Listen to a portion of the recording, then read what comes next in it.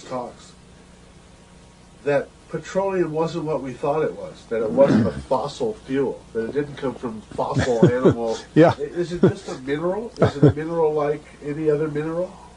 Is that how it? What would you say? How did it? What's the origin of you see, petroleum?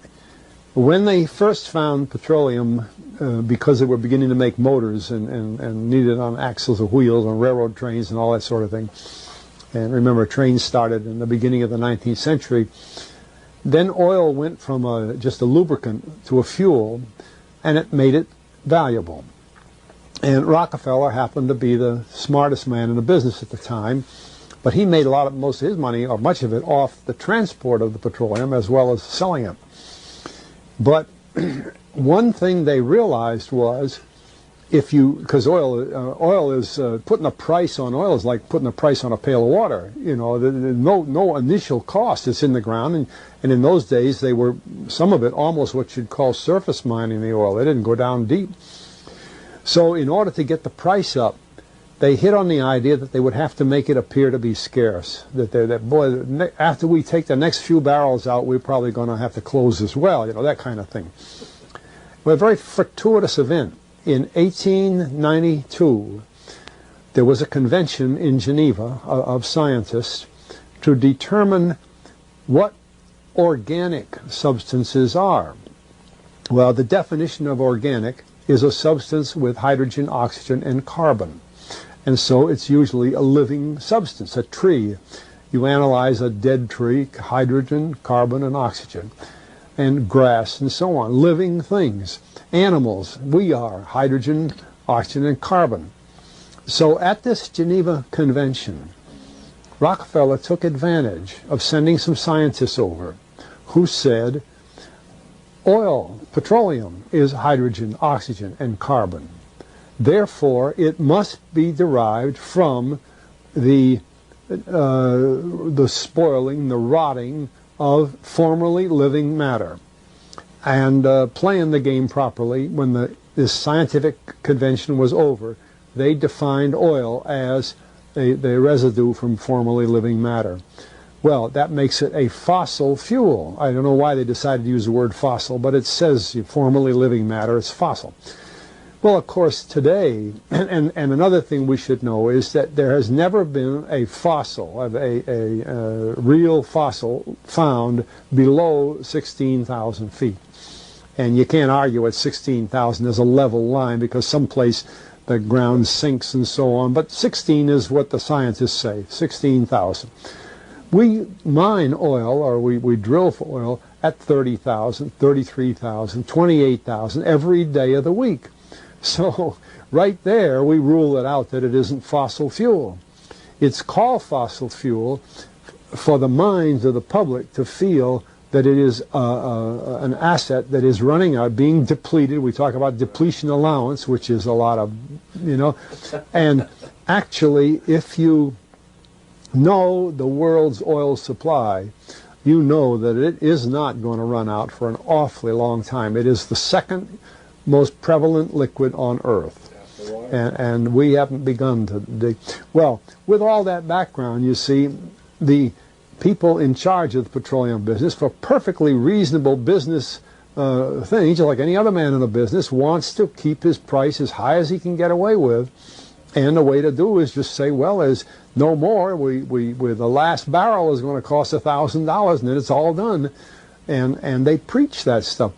What bothers me is that in geology books, it's in there. The geologists say it's a fossil fuel. They've been bought. I mean, I went to a 4-year federal staff energy seminar run by the government of the United States during the so-called energy crisis. I was the participant that represented the railroad industry. The airline industry was there. Every AA, administrative assistant of senators and congressmen, was there. The CIA was there. The Defense Department was there. The State Department was there.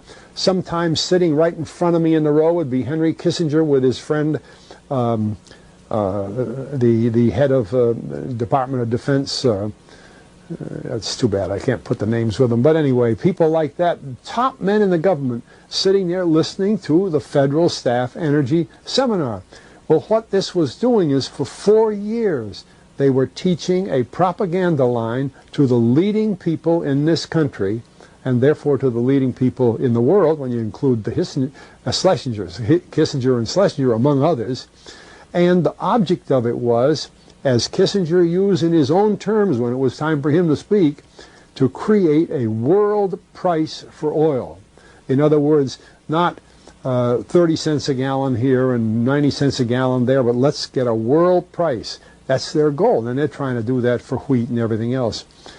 We don't realize what the controls are, whether it's oil or some of these other things. Almost everything today is being categorized at the highest price they can possibly make it go.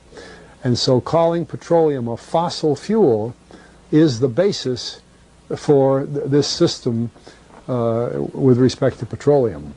And I don't know if the name Arthur Kantrowitz rings any bell. Arthur Kantrowitz is the head of the Kantrowitz Labs set up by the AVCO company near Boston, Scientific Laboratories.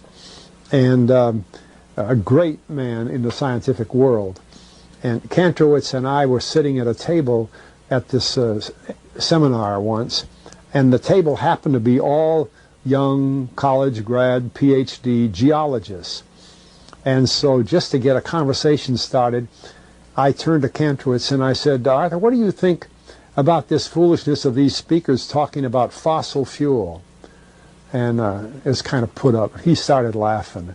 He said, you know, that gets me. He said, I don't have a geology degree, but he had 1,000 other degrees. And he said, I don't understand. He said, you'd think that these heads, these other fellows at the table, we did it on purpose, start listening, you know. And he asked, he said, are you gentlemen? He says, you're here at the meeting. Are you gentlemen by any chance geologists? And one fellow, yes, I am. And the other, yeah. He said, well, why don't you tell me? He said, why is oil? You know, and he went on like that. We brought the house down because nobody could argue with Kantrowitz. He like Einstein. People aren't going to. And he told him right there. He said, just drop it. But it's in all the books and in all the papers. But it started from that strange meeting in 1892, a scientific convention. I have a big, thick scientific encyclopedia put out by the Die Van Oosteren Company that's about 15 years old now, but it has the whole story of the conference. It doesn't have the Rockefeller part, but it has the whole story of how they straightened out organic chemicals and how it was all figured, and they've got petroleum right in there.